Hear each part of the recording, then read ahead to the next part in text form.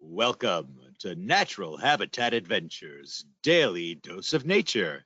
Today's topic, Wild Nature of Croatia and Slovenia, presented by NatHab Expedition Leader, Monika Mikulec. I'm your host, Rob Mess. Thank you all so much for joining us here today. Over to you, Monika. Thanks, Rob. Hello, everybody. I hope you're all doing great today. I'm absolutely excited having an opportunity to present Croatia and Slovenia. I'm going to share beautiful pictures and scenery, but also it will be a nice introduction to our trip.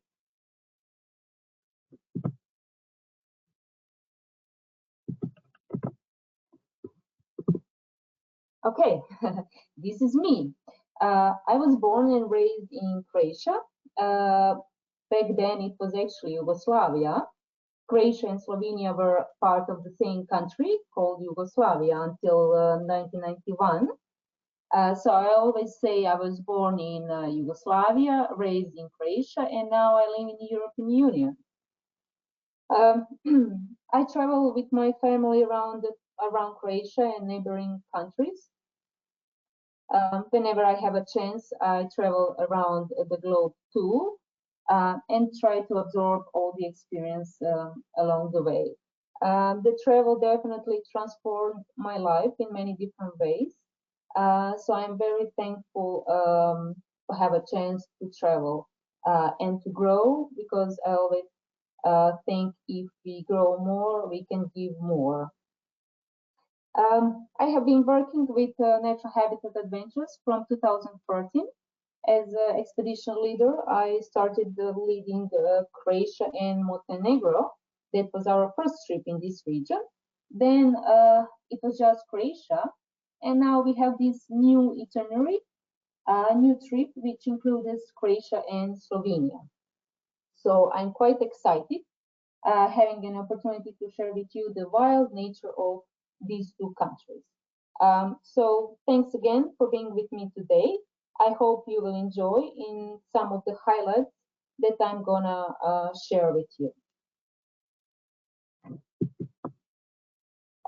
Croatia and Slovenia are quite small countries, and sometimes people are confused about their locations.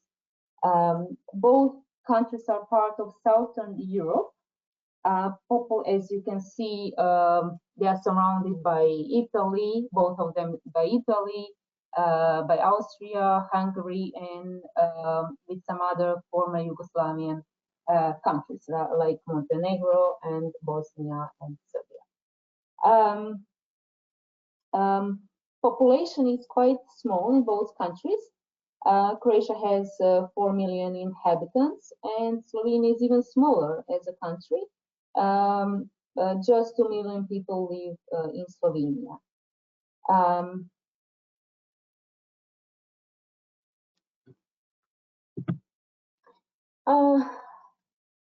Natura 2000, maybe some of you are familiar with Natura 2000.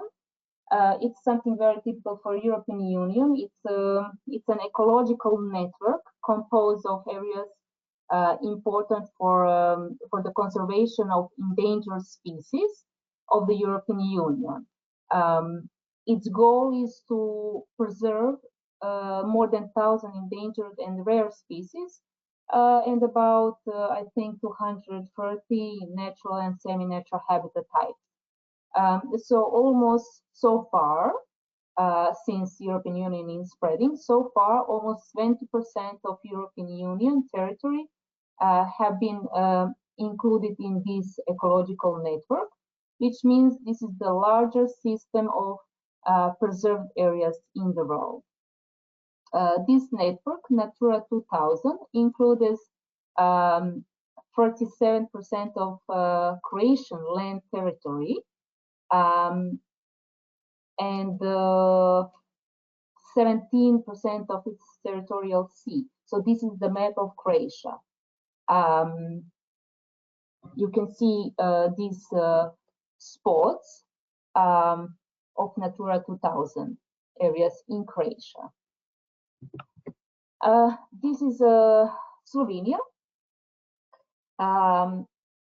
And you can see also the Natura 2000 spots in Slovenia. This network covers more than 37% of Slovenian land territory, so as the same as in Croatia. But just to go deeper, 37% of Slovenian land territory, that means that 6% of inhabitants of Slovenia, which is around 150,000 people, live in Natura 2000 areas. If you don't forget that Slovenia has a very small population. So we're gonna visit many of these Natura 2000 spots, so in Croatia and in Slovenia too. Okay, let's jump right on our itinerary. The trip takes us to, as I said, to many of these Natura 2000 sites. The trip actually starts in a small, beautiful, but very old Roman seaside town of Zadar. After exploring the nearby national parks like Plitvice Lakes and Paklenice, as you can see on the map, then we travel toward the north, stopping along the way, exploring Pag Island, Northern Velebit National Park, Cres Island. Actually, we go to Apatia, and from Apatia, we take a boat trip to Cres Island to see the griffon vultures, then go back, and the next day we explore Istria Peninsula. After Istria Peninsula, we enter into Slovenia to explore the towns of Bled and Bohinj, and to hike the outstanding Julian Alps and Triglav National Park. The Triglav National Park is the only national park in Slovenia. So the trip ends in Slovenia. Okay, this is Zadar town. So as I said, a Roman town from 19th century BC, so quite old. Almost everything is old in Croatia and Slovenia. First day, we have a guided walk of the town with a local city guide and a welcome dinner later. The next day,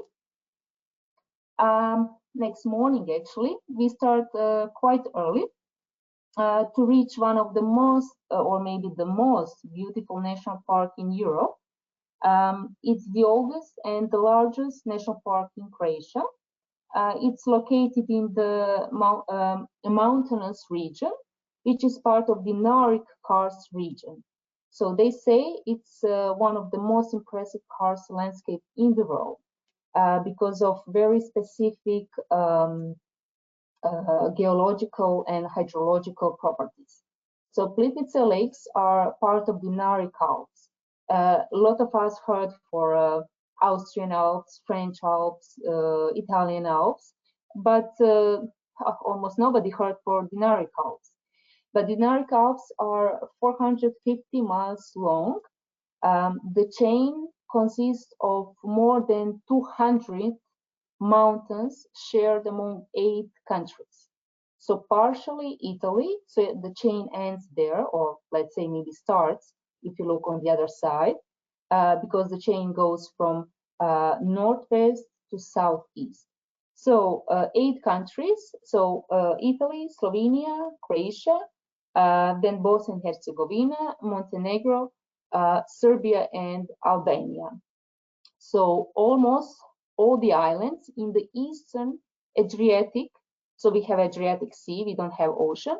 So all the islands in the eastern Adriatic belong to this mountain system, because the western parts of the chain were partially submerged by the seawater in earlier geological history.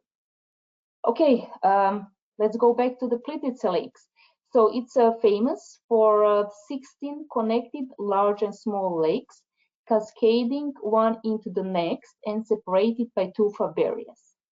As the tufa barriers grow, the water level rise, increasing the volume of water in the lakes. So these 16 lakes are actually separated by those tufa barriers, but are connected via a series of waterfalls between the lakes. So it's a gorgeous to see. You will love it.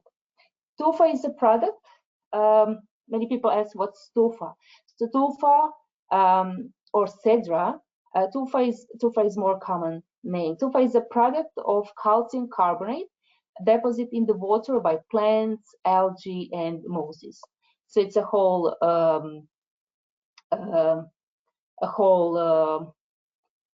deeper, let's say, formation of it. You will be able to see tufa and get to know more about it once we are there. The trail will take us around the lakes. Guests are often amazed by this park. This is also the most populated national park in Croatia, but we definitely know when to get there and which trail to use to skip the crowds, so you can be able to enjoy in that beauty.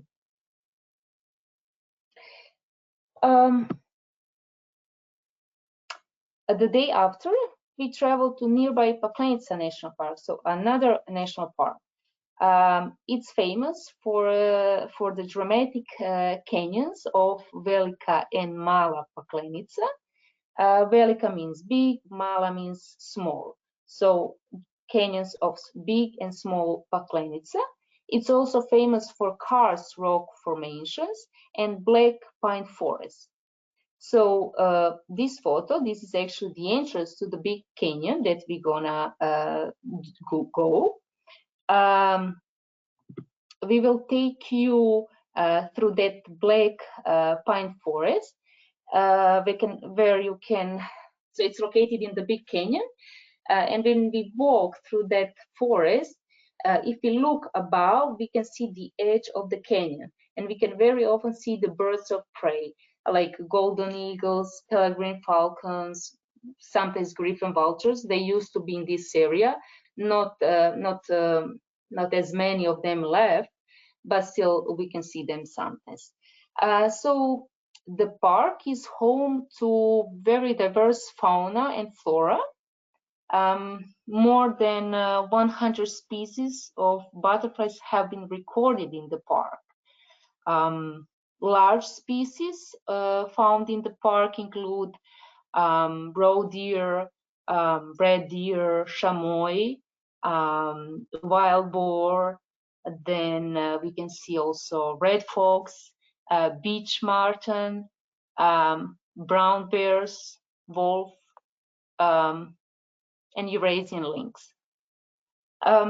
Regarding the flora, the park has around 1,000 plant species, and 79 of them are endemic. So it's a really beautiful, very special national park.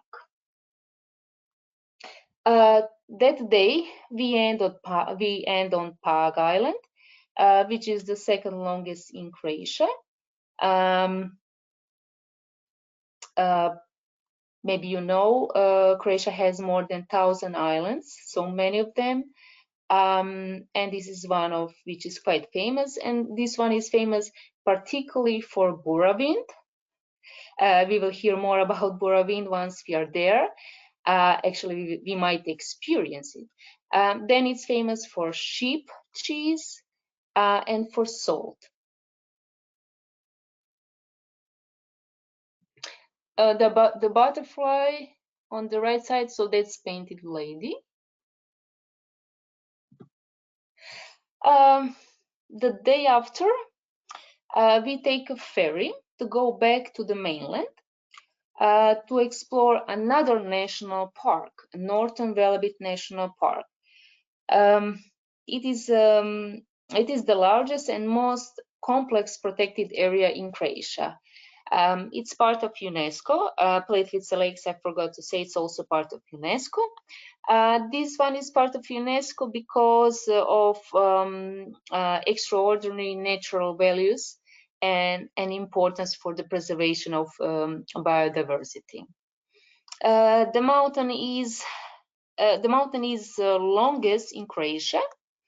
It has 2 national parks, Plitvice and Northern Velebit. So both of those national parks are located on that mountain range called Velebit. So Plitvice we visit the day before, and then Northern Velebit a day after. So the entire mountain range is protected.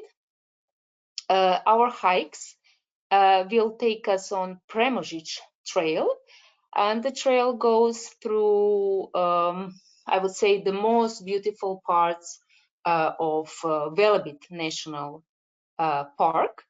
The trail is around 30 miles long, but we're gonna explore just a very small portion of it. Also, you can see on this picture, there's we can see the nearby islands. So actually on a clear day, we can see much more than just a couple of these that we can see on this picture.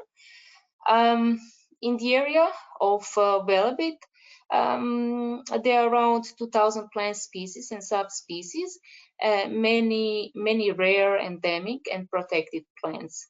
Some of which are only found on that mountain. So that's the reason why this mountain is so special. One of the highlights on this trip are butterflies.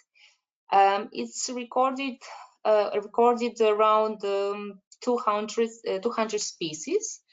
I'm talking about Croatia. Some of them we can see on this slide. The left one is Balkan marbled white. The blue one is green underside blue, and the dark one is red admiral.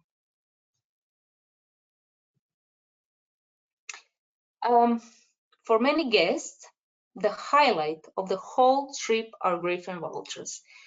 We're gonna visit Cres Island by a boat. Cres Island is a home of griffon vultures in Croatia. Not just that island, there are also nearby islands, a couple of them which are also home for griffon vultures. But let's say Cres is the most popular. Griffon vultures can be found in other parts of the world, but population around Cres and Krk Islands, which is the nearby island, are unique in the world because these birds nest right above the sea. In other regions, they nest mostly in mountain areas. So the griffon vulture is definitely one of the largest bird species in the world. The vultures in our area, they mostly feed on carcasses of the sheep that graze freely on the island pastures. We also gonna visit Belly town, which is located on that Cres Island. Nearby that town, it's located Belly Rescue Center for griffon vultures. And we will find out more about their important role in the preservation and care for these protected species. We will also find out more about their hygienic role in the ecosystem. So they're very, very, very important birds. So you can see on this picture, we observed the griffon vultures in the nature. So you will be able to see griffon vultures in the nature because so far we always see them from June until September. And then when we visit the Belly Rescue Center, you might actually have a chance to see a griffon vulture there. There's a very low chance that you will see it in June and July, but usually in the end of July, August, they are starting falling out of the nest because they're babies, they don't know how to fly because there is a certain ways how they need to fly. They depend on air circulation. So yeah, definitely in August and September, we might see them in that rescue center too. This is home, officially the smallest town in the world. A lot of people say this town also ended up in the Guinness Book of Records. A lot of people say, you know, but we have the smallest town in the world. But the question is, what's the criteria to say some town is the smallest one? So there is some criteria that you need to satisfy to officially, you know, be a town first, and then, of course, considering the population, then you can say you're small or not small. So officially, we have that the smallest town in the world. After we leave Opatia, Riviera, we enter Istria Peninsula, where is located this unique town, and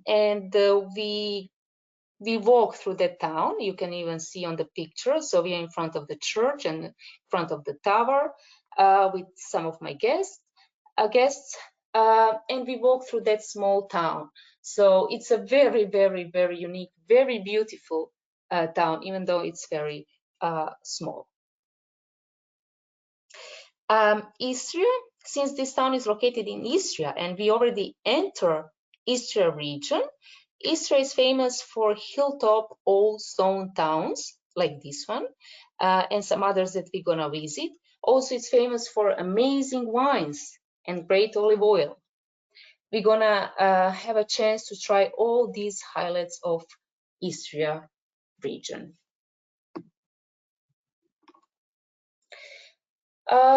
Truffle hunting is one of the activities that we're gonna do in Istria. In the magical Motovun forest, which is protected, we will meet a local truffle hunter and of course his dogs, who will take us into the forest. Motovun forest is among the best truffle regions in the world. After truffle hunting and tasting truffle products, we visit local winery, one very small local winery. Regarding the wines, I would like to mention that Croatia doesn't have the quantity, but it has the quality. Croatia has more than 250 sorts of grapes, and more than 130 of them just grow in Croatia. So all our marketing is put on those sorts that just grow in Croatia. So you will be surprised if I say that Zinfandel is actually Croatian a sort of wine, sort of grape that was brought to California from Croatia. And that happened after the Second World War because we had some diseases and a lot of people left actually Croatia. At that time it was just Yugoslavia, and they actually went to the places which has the same climate as Croatia had at that time, and California was one of the states. And actually one guy brought that sort to US. So you can see on the pictures how we go into the forest. Then in the middle we have this a small lunch in the winery, and of course wine tasting. We taste local wines. Istria is very specific region because it has some sort of grapes that just grow in Istria, and they are world famous actually. Regarding the wines, Istrian wines, they always get in top, I would say top 10, the best wines in the world. It's the same for olive oil, even better. We are always in top 3, the best olive oils in the world. And you can see on the third picture a small portion of truffle, a small truffle. After exploring Croatia, it's time to move into Slovenia. Slovenia is famous by a rich diversity of plant and animal species, and landscapes too. On this picture, you can see Bled Lake and Bled Castle, actually. Slovenia has just one island, and can you imagine that island is located right on this Bled Lake, not even on the sea. So if you look carefully, you will see on the right side of the picture that tiny island which we're gonna visit too.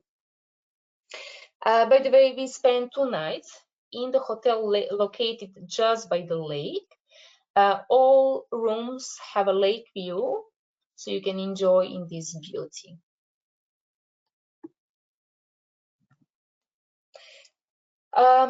Slovenia, can you imagine? Slovenia is famous also for honey. We visit a local bee farm where our host introduced us on honey. Also, many important informations we will find out about the bee world and honey in general. And of course, the best part is tasting different honeys.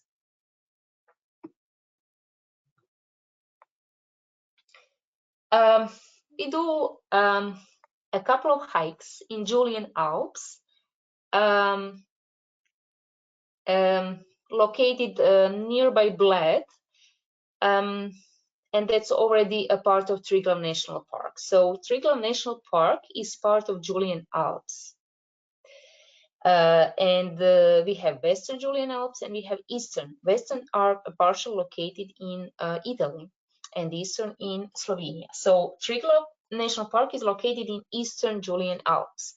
So this national park is one of the oldest in Europe and the only one in Slovenia. Slovenians are very proud.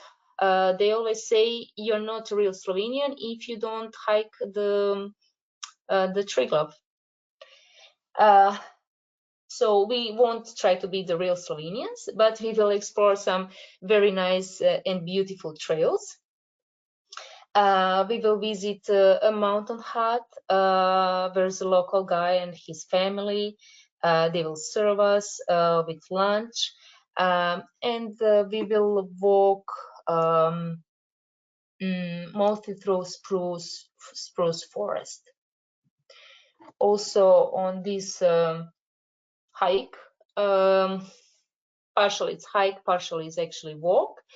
We would meet also cows, a lot of cows, wildflowers, of course, butterflies, and definitely we would be surrounded by an outstanding scenery.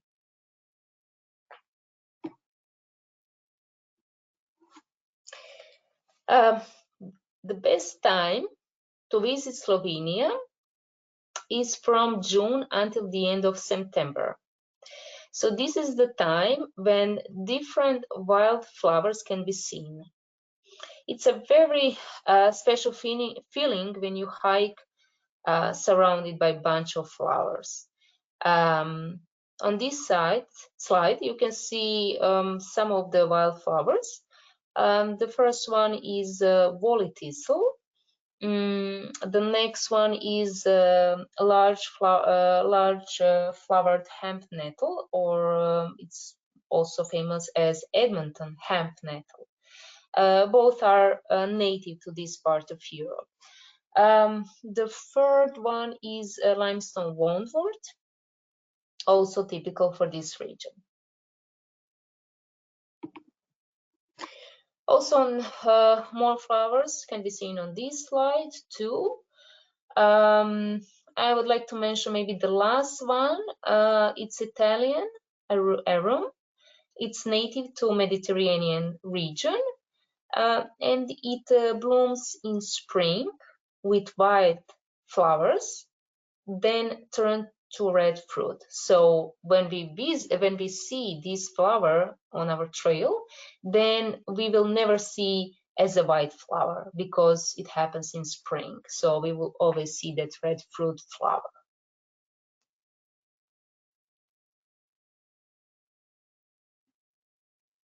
You can also see how people are amazed by wildflowers. I'm also constantly amazed by those wildflowers. Of course, in different months, you would see different wildflowers. And you can see one lady, she was also taking a bunch of pictures of wildflowers.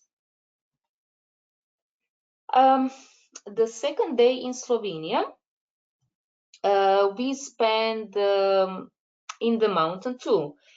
In the morning, we take a gondola ride to Mountain Vogel. And from the top, there's a beautiful view of Julian Alps and Bohinj Lake. So that's another lake that we're gonna visit. It's just half an hour away from Bled Lake. So we're gonna spend 2 nights around on a Bled Lake, and we will do the day trips from Bled Lake.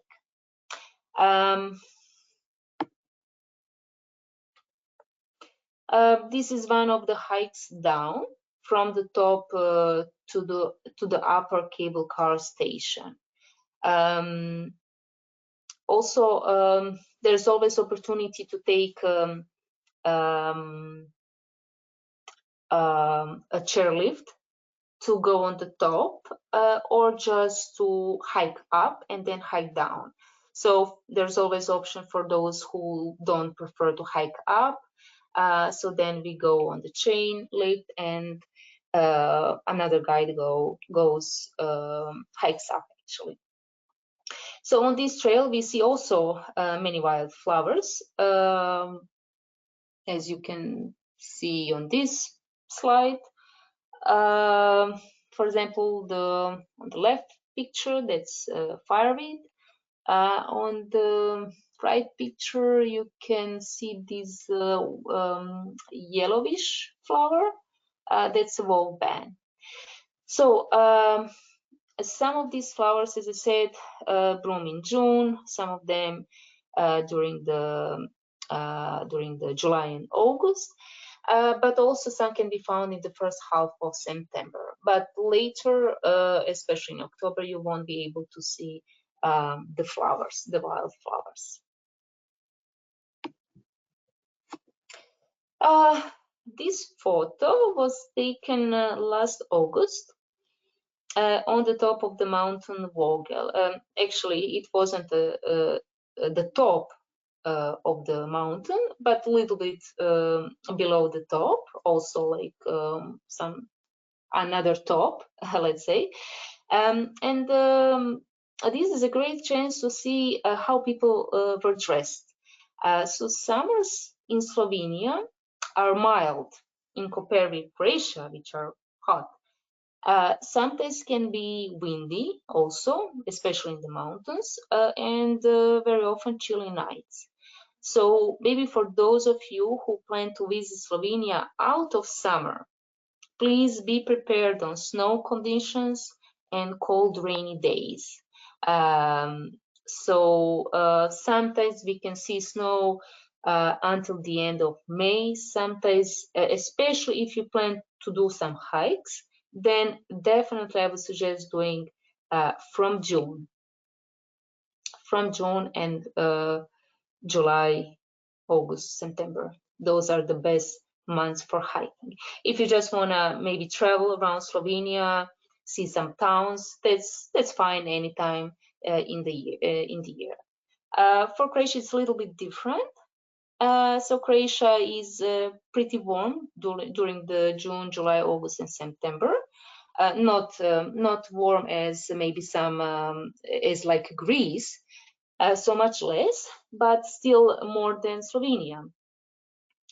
So it's very important to take different clothes.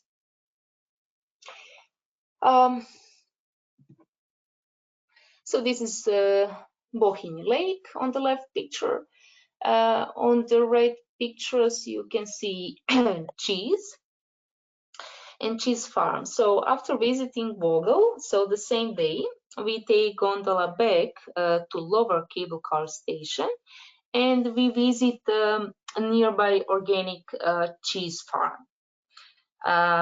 On that small picture to the right, you can see our host.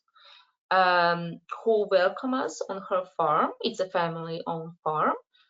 She also, but it's always her there, sometimes her husband, but he takes some other duties. And she always show us her cows, also the cheese production. She explains everything about cheese and the production and how they do it. So they do it in an organic way. And they also offer us a delightful cheese tasting.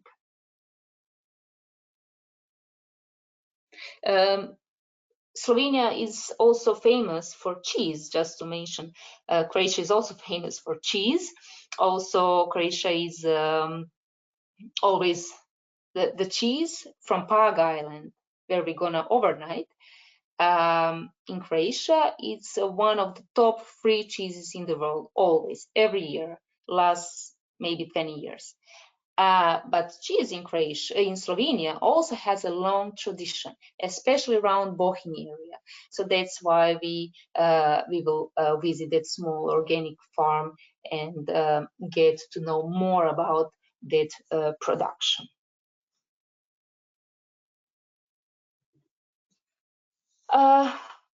In both countries, we have a presence of brown bear. So we just have brown bear. There are 8 brown species in the world. We have just Europe has just brown bears. So we do have brown bears too, and Slovenia. Then red deers, any kind of deers actually, chamois. Then gray wolf and Eurasian lynx. So in this part of Europe, we have Eurasian lynx. Spain, for example, it has Iberian lynx. It's a little bit different species of lynx. So these 2 countries are one of the last countries in Europe where the animals still have habitat. So because of that, we have one of the biggest population of these animals in Europe. And of course, considering the size of our country, like for example, Bulgaria has also a huge population, but it's a much bigger country than these 2 countries. It's almost a very low possibility to see brown bears and lynx on the trail that we use. I mean, you never know with the brown bears, but it's a really very, very small possibility. But there's a huge possibility to see deers, chamois, sometimes, but I was never with the guests when I saw wolf. But that wasn't on the trail that we use on this trip.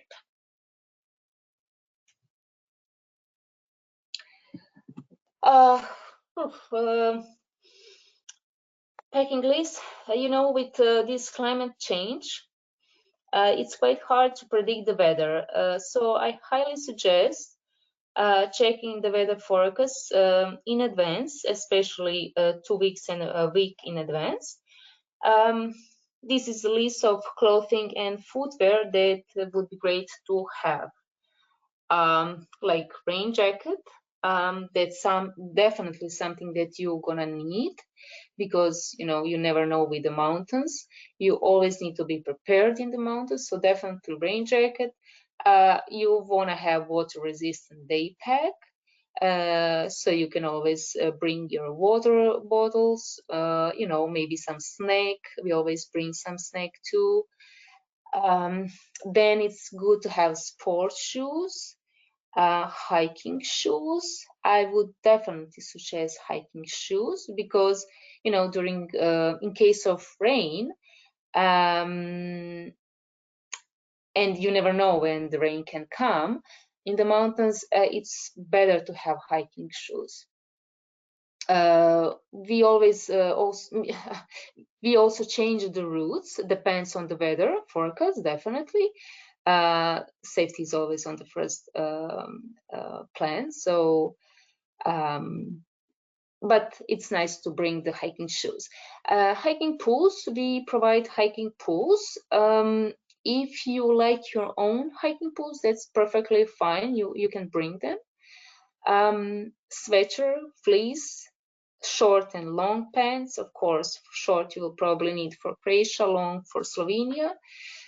Short and long sleeve shorts, sun hat, definitely sun hat, swimsuit, and sunblock.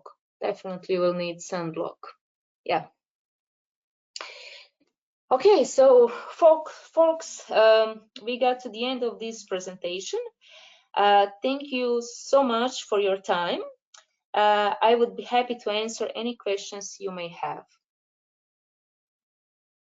All right, thank you so much. Now, before we start in with the question and answer session, I would like to remind everyone that you can submit your questions via the question field in your control panel. So at the moment, it doesn't look like we have any questions. So I'll just give you one more minute to jump in there, folks, if you have any questions. Otherwise, I'm going to throw it back to our guide for closing comments. So I guess that's what we've got today. So Monika, if you have anything else you'd like to say to us before we sign out, we'd love to hear from you one more time. Maybe I would like to mention one more thing. If you look on the map, so I didn't mention about the accommodations. We overnight 2 nights. We overnight 2 nights in Zadar, so that's our first destination. Then 1 night on Pag Island, 2 nights in Opatia, 1 night in Buzet, and then when we enter Slovenia, 2 nights. So basically 2 nights, 1 night, 2 nights, 1 night, 2 nights in total. We travel with minibus or vans, depends how many people. Total, we have maximum of 12 people on this trip. And you can also see we have a boat trip. Very nice, beautiful boat. You will have a chance also to swim. We stop in nice bay outside of other people and take a chance for swimming. I know, is there maybe questions now? Yes. We do have a couple of questions. So how likely will it be that we will see animals on the trip? You never know with the animals, right? So we always see griffon vultures. We always see some falcons, eagles, a bunch of butterflies, flowers. Very often we do see red deer, chamois. So far, on these trails that we're gonna use, we never saw wild boars. But for example, one of the last trip, for example, chamois just jumped in front of us, crossing the road that was in Plitvice National Park. Then in Velebit, northern Velebit National Park, we have seen deers. They were also just one of them was in front of us, and then we later see a couple of minutes later we seen a little bit further a bunch of them. So you never know. You have to be the group has to be quiet. That's very important. And then there's a huge possibility to see the animals. If you have people who like to talk when we hike, then it's a very low possibility to see the animals because they can hear us, and then of course they will just move away from us. And also we might see dolphins. We have bottlenose dolphin in Croatia, one of those. That's the most popular, the most common one. We might see that one too. They are very often in front of northern part of Cres Island, where we usually go with the boat to reach the areas where we can see the griffon vultures, because there's certain spots for griffon vultures.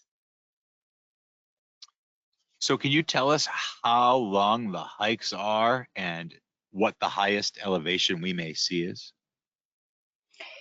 Highest elevation, let's just calculate meters into, it would be, the highest one would be 5,200.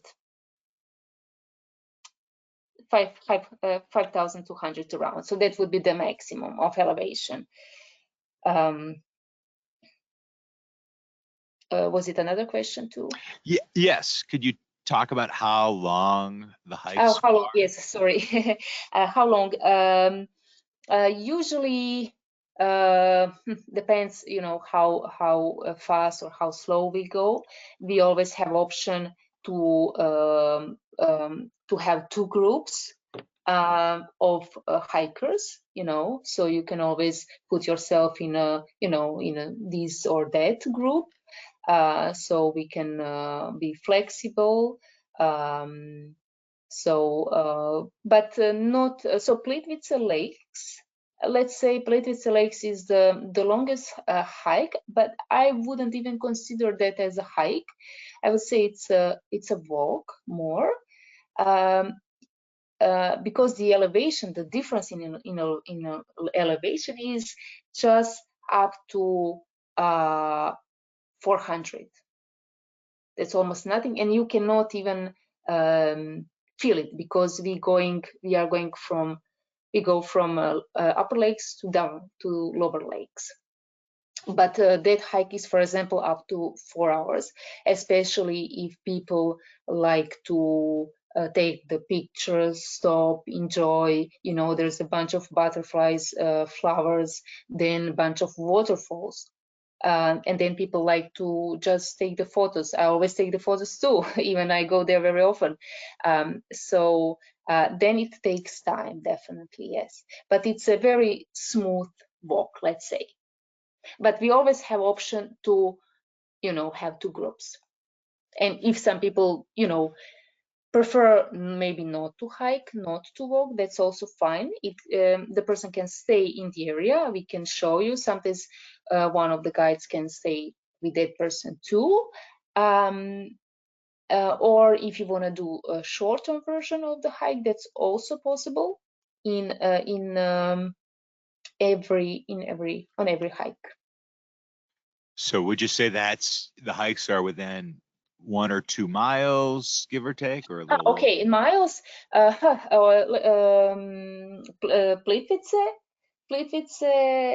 around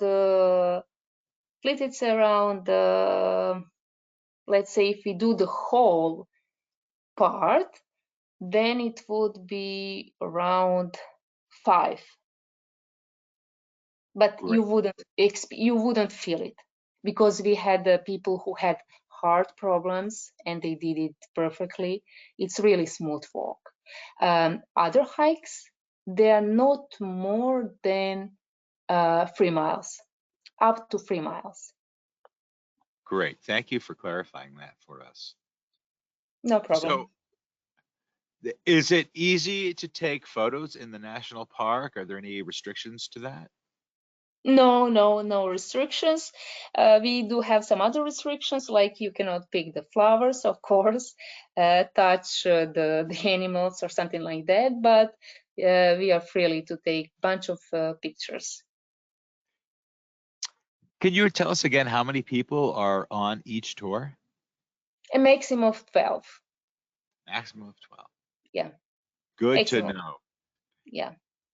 So one of our guests was surprised to hear that you didn't mention sheep. Would we see any sheep if we come out on the trip? Yes. Sorry, I didn't mention sheep. Yes, I just consider it as like a normal animal, nothing. Yes, you can see sheep everywhere, especially on that Pug Island, which is famous for cheese production, especially sheep cheese. Yes, you can see them everywhere. It's just something normal, and also you can see them on Cres Island. But Cres Island we won't experience on foot much, so we will be on the boat. Sometimes we might see sheep on the cliffs because they freely graze there. Yeah, so definitely sheep. Yeah. So can you tell us how long the trip is? And if I'm having a great time, are there extensions available on the trip? The trip is 9 days, 8 nights long. Yes, you can always extend the trip, or you can come a few days before and explore. Maybe, for example, if you want to explore more of Croatia, we picked the areas which are not so crowded, and it has more unique more it has that uniqueness that we would like you to see. But other parts of Croatia are also beautiful, and definitely if you wanna see more, then I would suggest maybe coming a few days before the trip starts, and then explore maybe other parts of Croatia, more of Adriatic coast, because it's a quite long. As I said, we have more than 1,000 islands. Not not all of them are inhabited, but many.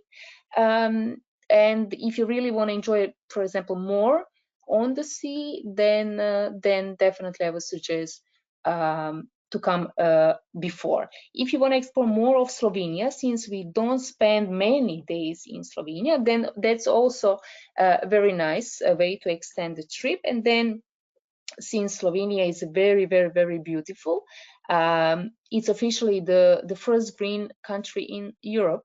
And if you want to see more, I would be happy to give some tips where to go, especially around the Socha River. That area is amazing. And yeah, definitely more days in Slovenia would be also nice.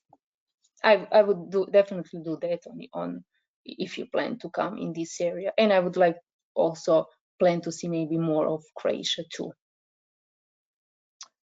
So if I love birds, will the guides be able to help us identify many different species of birds, or just a few that you mentioned? Uh, yes, it's one day we have a person who is expert on birds.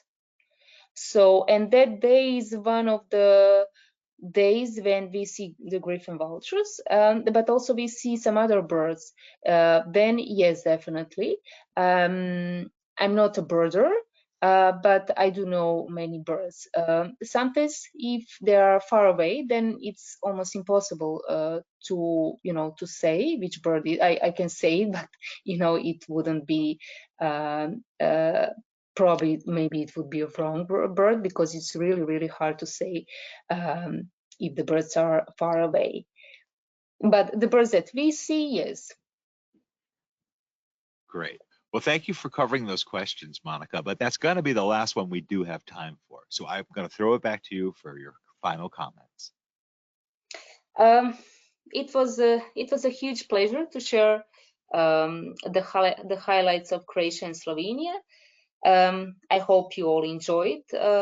Both countries are one of the ecologically best preserved regions of Europe, and it would be an honor to see you folks in this part of the world. Thank you again. Monika, thank you so much for taking the time to present for us today. And I would also like to thank everyone who tuned in today. If you're interested in information on how you can travel with NatHab, give us a call at the number on your screen, or you can send us an email at info@nathab.com. Our adventure specialists are happy to help you out. Join us Monday for our next Daily Dose of Nature. You can check out this next week's lineup, including registration links, on our website at nathab.com/webinars. We did record today's presentation, and we will have the replay available on our website soon. With that, I will conclude the webinar. Goodbye, everybody. We'll see you next time.